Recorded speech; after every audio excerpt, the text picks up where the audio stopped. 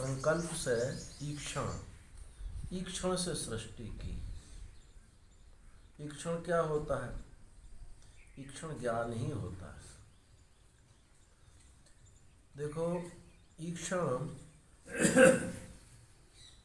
मैं सामान्य रूप से कहा जाता है कि देखना। ईक्षण माने देखना। इच्छा करना बोलते हैं, इच्छा करना। इच्छा करना अलग बात है, पर इच्छा में भी ज्ञान तो है ही है ना। इच्छा में भी तो जो कुछ भी है वो ज्ञान ही है सर्वत्र। ज्ञान अतिरिक्त कुछ भी वस्तु नहीं है। जो आपको प्राप्ति होती है वो ज्ञान है, जो आप देखते हैं वो ज्ञान है।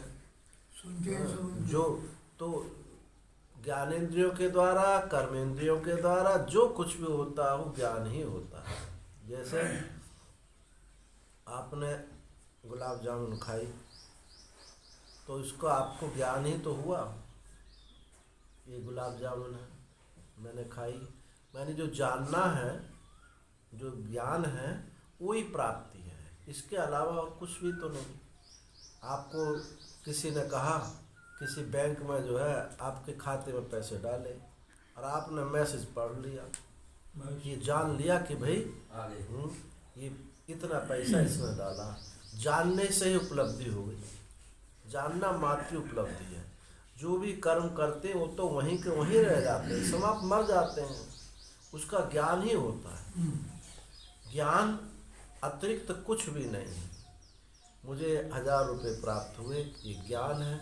उस ज्ञान में ये 1000 रुपया ये छाया मात्र समझो। उस ज्ञान में छाया सी आरोपित हो जाती है, स्थूल भी नहीं है। तो ज्ञान ही होता है। तो यही ईक्षण है। ज्ञान जो जैसे वहाँ विषय को देखते हैं उसका ज्ञान ही होता है, वो वस्तु ज्ञान रूपी होती है। ऐसे ही ज्ञानात्मक ज्ञान रूप ही ये ईक्षण है। ज्ञान में ही कि मैं बहुत हो जाऊं, इसलिए सृष्टि स्थूल है ही नहीं, मानस सृष्टि है। जब ये मानस सृष्टि इतनी काफी समय इसमें हम रह जाते हैं तो यही स्थूलता को प्राप्त होती है। इसलिए कहा जाता है, आप पुराणों में कथा सुनते हैं कि इंद्र को ब्रह्मत्या लगी। अब ब्रह्मत्या लगी तो ब्रह्मत्या 4 जगह चली गई। स्त्रियों में रजस्वला के रूप में चलेगी। पृथ्वी में जो भी गड्ढा होगा वो जो है भर जाएगा। वृक्षों में चली गई, उसको काटेंगे तो वो जो है उसमें से पानी निकलेगा।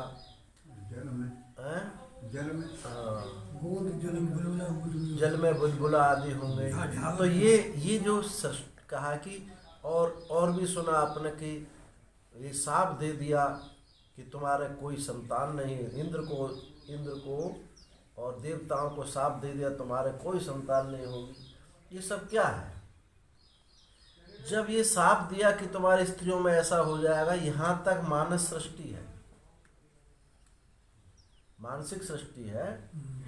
और जब ये साफ होगा तो लगा कि साफ क्या था कि आगे होने वाला क्या था कि स्थूलता को प्राप्त हो जाएगा। यही संकल्प जो है स्थूलता को प्राप्त होकर के ये दृढ़ हो जाएगा। तो यही फिजिकल सृष्टि हो जाएगी। ये फिजिकल सृष्टि अब इसलिए ये साफ हुआ कि ये होने वाला है, इसने साफ दे दिया। ये सब जो रजिस्ट्रला स्त्री रजिस्ट्रला हो रही है, तो ये सब क्या होगा? स्थूल सृष्टि हो गई। तो ये जो पुराणों की भाषा है, एक बार उपनिषद समझना सरल है, पुराणों को समझना थोड़ा कठिन है। पुराणों को वही सुलझा हुआ आदमी ही समझ सकता है। तो ये कहीं आदि दैविक, कहीं आदि भौतिक, कहीं आध्यात्मिक, तीनों दृष्टि वहाँ साथ साथ चलती हैं। इसलिए पुराणों पर बहुत सारे जो लालचल लगाए जाते हैं वो जो है कहीं मानस सृष्टि की वर्णन कर दिया, कहीं स्थूल सृष्टि का वर्णन होता है, कहीं सूक्ष्म सृष्टि का वर्णन होता है। जिनकी समझ नहीं आती है वो मानस सृष्टि को स्थूल सृष्टि में जोड़ देते हैं, स्थूल को मानस में जोड़ देते हैं। इसलिए उन दोनों का तालमेल बन नहीं पाता। और समझ नहीं पाते, पुराणों पर आक्षेप करने लगते। तो ये मानस सृष्टि जो है ये संकल्प सृष्टि है, ईक्षण है। आप ईक्षण करते पहले कोई किसी वस्तु को बनाने से पहले आपके मस्तिष्क में चित्र बन जाता है, पूरी योजना फिट हो जाती है, तब उसको स्थूल रूप प्राप्त हो जाता है। जैसे कोई चित्रकार पहले खाली दीवार पर या खाली कागज पर कच्ची पेंसिल से चित्र अंकित कर ले, पहले उसके मस्तिष्क में होता है, फिर कच्ची पेंसिल से उस पर बना लेता, फिर उसमें रंग भरता है। तो मानस ही सारी सृष्टि है। कोई भी चीज आप देखेंगे वो उसका ज्ञान ही होता है। तस्य ज्ञान मया तपः, यह है ना एक श्रुति, तस्य ज्ञान, उसका ज्ञान में तप है। ये ईक्षण जो है ये ज्ञान रूप ही है। बस उस ज्ञान में, ज्ञान की स्थूलता ही ज्ञान में ये जो नाम रूप का, कल्पित नाम रूप को आरोपित करके उस ज्ञान का ही विस्तार किया गया है। ये सृष्टि, इसी का नाम संकल्प है, इसी का नाम ईक्षण है। तो ये उसी परमात्मा ने इस ईक्षण किया, एको हम बहुत श्यामा प्रजा इति, मैं बहुत हो जाऊं। अब वही अनेक रूपों में, वही ज्ञान, वही संकल्प अनेक रूपों में दिखने लगा। तो अज्ञान की कोई मतलब वो नहीं है, अज्ञान ही ज्ञान है। हाँ जी, ज्ञान है। तो ऐसा संकल्प किया। ईश्वर जगत का कारण है, इसमें 33 श्रुति प्रमाण है। तो उसी को बताते हैं। खम वायु अग्नि जल,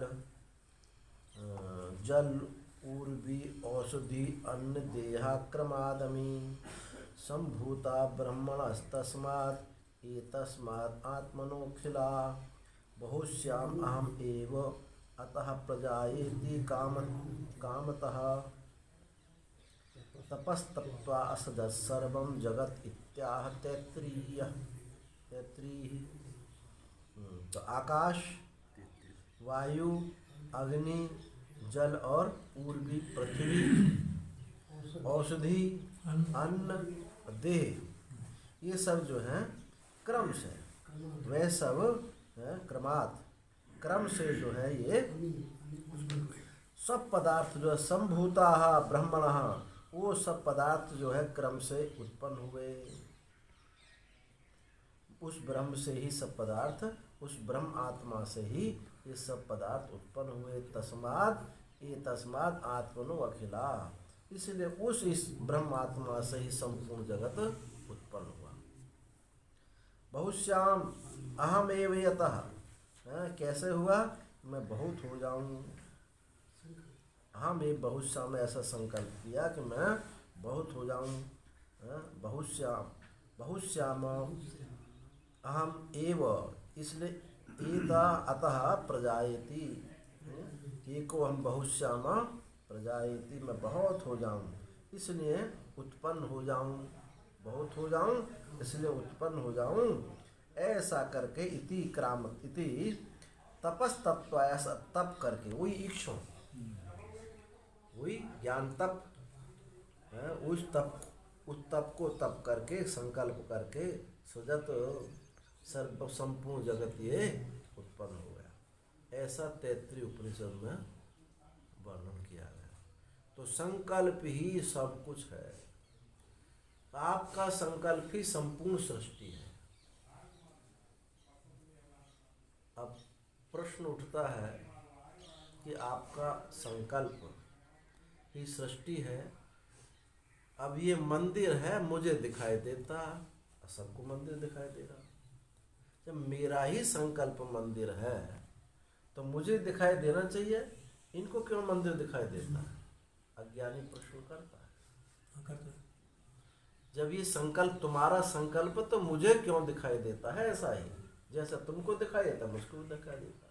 तो देखो, जो संकल्प है, ये जो कल्पना है, ये 2 प्रकार की कल्पना होती है। एक सामान्य कल्पना और एक विशेष कल्पना। हम सामान्य कल्पना को तो कल्पना कह रहे हैं, पर विशेष कल्पना पर ध्यान ही नहीं दे रहे। विशेष कल्पना है समष्टि कल्पना, जिसको अभी हम ईश्वर सृष्टि कह रहे हैं। ईश्वर सृष्टि जो है ये सामान्य कल्पना है, उसमें जो बीच उसी में जो कल्पना बना ली गई, जैसे अब आगे आएगा या नहीं आया तो पीछे बता दिया होगा कि स्त्री में किसी ने पत्नी, किसी ने बहन, किसी में माँ, एक ही शरीर में कल्पना की। तो सामान्य कल्पना को तो हम कल्पना मान नहीं रहे, विशेष कल्पना को कल्पना मान रहे हैं। तो जो विशेष कल्पना वो केवल मेरी है, आपकी नहीं है। पर सामान्य कल्पना, वो विशेष कल्पना सामान्य कल्पना से अलग होकर के नहीं है। एक ही स्त्री शरीर में किसी ने माँ देखा, किसी ने पत्नी, किसी ने बहन देखा, वो इस शरीर थोड़ी गायब हो गया है। शरीर तो बदला भी नहीं, शरीर बदला भी नहीं है। तो हम जो सामान्य कल्पना है सब, इस सब को तो हम छोड़ लेते हैं। छोड़ का मतलब उधर दृष्टि नहीं जाती। और विशेष कल्पना आप कल्पना कहते हैं, इसलिए ये जो है जो सामान्य कल्प वस्तु तो सामान्य कल्पना से दिखाई देंगी, और उस सामान्य कल्पना में ही जो विशेष कल्पना होगी हमारी अलग होगी। तो विशेष कल्पना वो एक व्यक्ति की है, सामान्य कल्पना ईश्वर की है। जब तक हम ईश्वर नहीं हो जाते तब तक संपूर्ण जगत कल्पित नहीं होगा। रोज रोज मिथ्या मिथ्या मिथ्या मिथ्या करते रहो, वो मिथ्या होता ही नहीं है। क्योंकि विशेष कल्पना का जो आधार है वो तो जीवित है, वो तो टूटा नहीं है। जब तक आप सामान्य कल्पना को नहीं जानेंगे, सामान्य कल्पना में नहीं बैठेंगे, तब तक संपूर्ण दृश्य प्रपंच मिथ्या में सिद्ध नहीं हो सकता। यानी ईश्वर कोटि में वैराग्यवान कौन है? वैराग्यवान ईश्वर है, उसकी दृष्टि में कोई भेद नहीं, संपूर्णता को एक दृष्टि में समष्टि में देख रहा है, समष्टि को एक दृष्टि में देख रहा है, उसमें विशेष कल्पना उसकी नहीं हो रही है। इसीलिए उसके